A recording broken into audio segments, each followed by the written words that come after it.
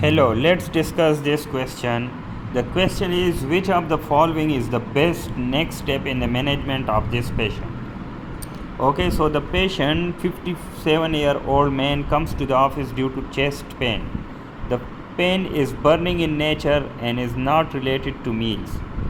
The patient has lost 18 kg weight over the last 6 months. He attributes this to eating a selective diet and carefully chewing his food before swallowing.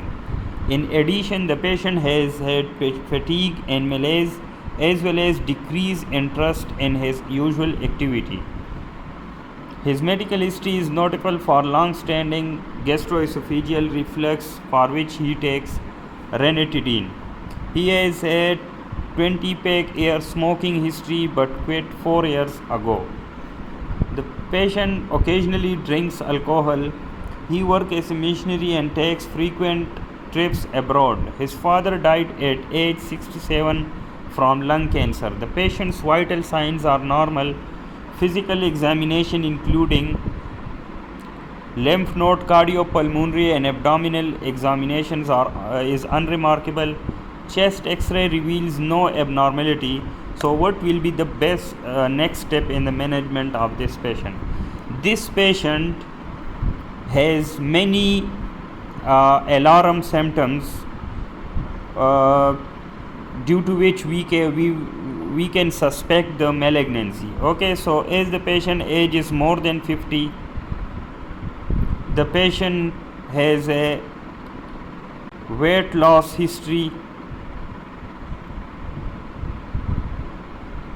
The patient has fatigue and malaise which indicate that the patient may have occult bleeding. Okay, as well as he has decreased interest in his usual activity. The fatigue and malaise indicates the anemia. Okay, and he has a long history of GERD, gastroesophageal reflux disease, and he has a 20-pack-year smoking history. Okay, so these points points towards the malignancy. Okay, so we will be suspecting the malignancy. Which malignancy? The esophageal malignancy, esophageal carcinoma. And esophageal carcinoma can be adenocarcinoma. Okay, adenocarcinoma which occurs in the lower esophagus in the gastroesophageal junction. Okay, the gastroesophageal junction is prone to Barrett esophagus, and the Barrett esophagus can lead to adenocarcinoma of the esophagus. And the risk factors include the smoking and the long history of the GERD. Okay, while the other type, it can be squamous cell carcinoma. Squamous carcinoma of the esophagus. The squamous carcinoma of the esophagus occur anywhere in the esophagus, and the risk factors include the smoking and the long history of the alcohol use. Okay, so this patient we are suspecting the esophageal carcinoma because the patient has many alarm symptoms for the malignancy, and the patient also has a long history of the gastroesophageal reflux disease, and the patient is already the previous smokers.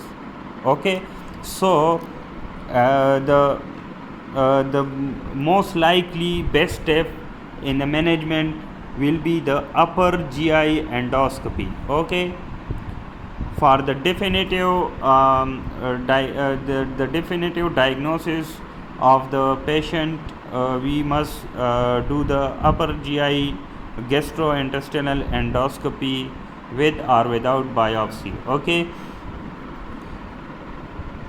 why we are not going to do the bronchoscopy? Because the patient has the chest x-ray of the patient shows no abnormality, and we are doing the bronchoscopy to see the pulmonary masses, any masses in the lungs, but the patient chest x-ray is already normal. Okay, so there is no need to do the bronchoscopy. Okay, so this option is not right. Okay, then lansoprazole and follow up in 2 months, it is also not right, because the proton pump inhibitor lansoprazole is the proton pump inhibitor, and it is used for the gastroesophageal reflux disease. Okay, and in this patient we are suspecting the malignancy, so there is no need to give lansoprazole, because the patient is already taking ranitidine, which is the histamine H2 receptor blocker, which is also the which can also use for the gastroesophageal reflux disease. So in this patient right now we are suspecting malignancy, so we should do the specific and definitive investigation. Okay, then testing for Helicobacter pylori infection, this is also not right, because we are suspecting the esophageal disorder, not the stomach. Okay, so if the patient this patient has no dyspepsia. Okay, so if the patient has dyspepsia, so then unexplained dyspepsia, then we will be going the Helicobacter pylori infection, but this patient we are suspecting the malignancy. Okay, evaluation by nutritionist, this patient the nutritionist review is important when there is like the decrease in appetite, or the patient is unable to take food by mouth due to behavioral activities, like or the some of the like the food intolerance. Okay, so this is also not right.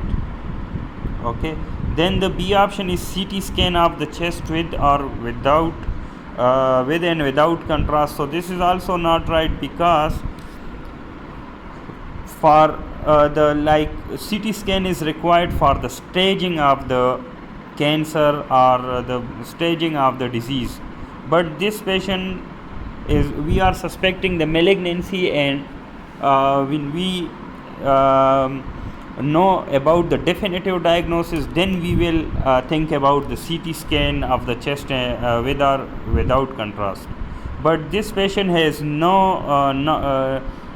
still not diagnosed case, so we must do the definitive diagnostic intervention or the investigation before going to the other